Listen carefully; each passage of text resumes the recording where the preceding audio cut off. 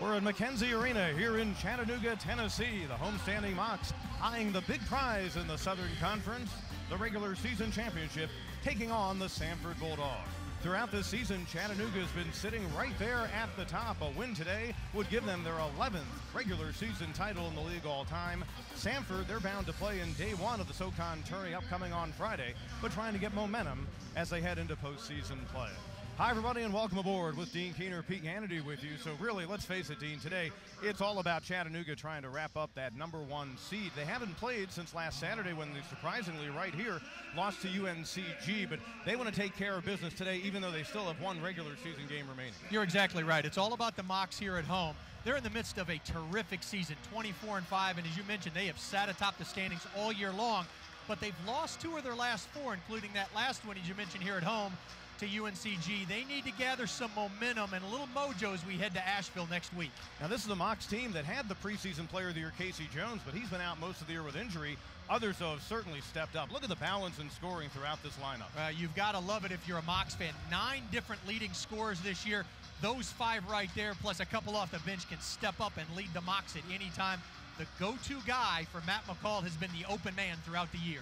Now, on the other side, Samford with a backcourt that really can hang with just about anyone in the league. And they've got a really good point guard, especially in Christian Cunningham. They certainly do. I love these two, and when they're playing well together, the Samford Bulldogs are tough to beat.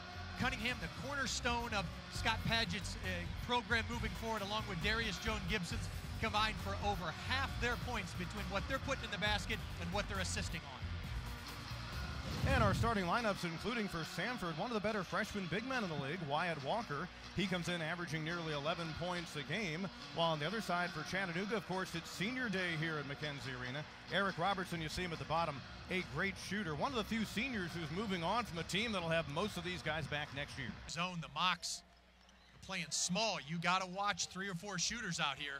And inside. And a nice finish. Duke Etheridge on the pretty feed that time from Robertson. I thought Robertson was going to take it through traffic. It's in the backcourt on the baseline and the sideline as an empty possession that time for Chattanooga. Stop and pop on the other end. It won't go for Jones-Gibson. Rebound inside. Peters with a nice follow. Nice effort play for 3 straight days in Asheville in the Southern Conference Tournament. They're going to need him. Rose from long range, and he knocks down another 3. That's a good sign for them. Boy, and those are kind of the momentum-killing shots you miss. Oh, and nice work inside on the reverse, and Duke Etheridge. Fine game so far for the senior. The man with the ball, McLean, and that time knocked away again by Cunningham. One man to beat McLean to the hole, and he lays it up and in. He tried to draw contact, no whistle. Almost. Down low to Toyo. You see the double team come. Oldham gonna pull up again from just the other side of the lane as moments ago.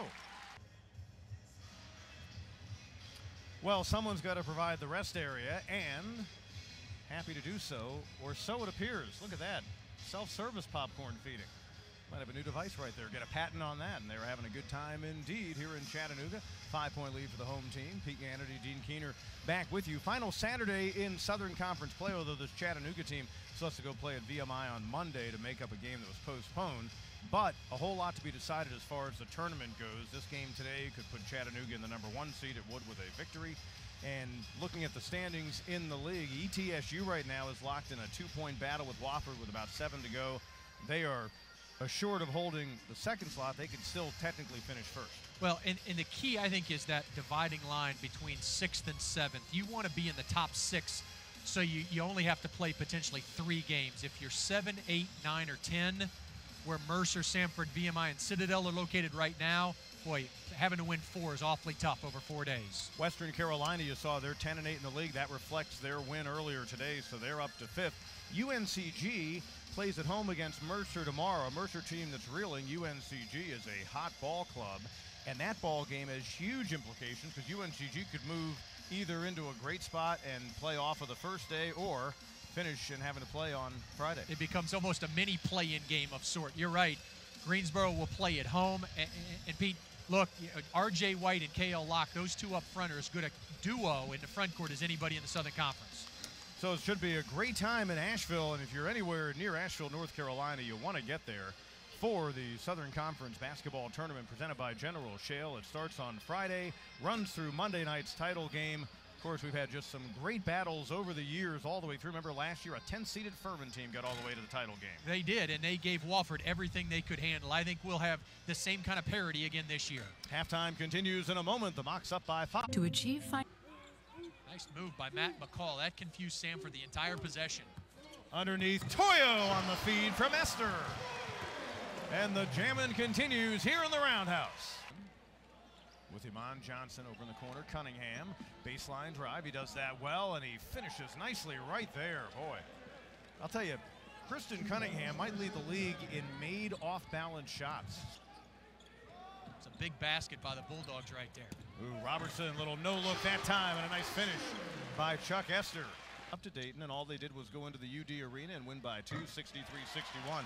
That's what Pryor can quietly do for this Chattanooga team. Just come up with a basket when you're not really thinking about him too much, and that time he was challenged, but builds a lead back out to double figures at 11.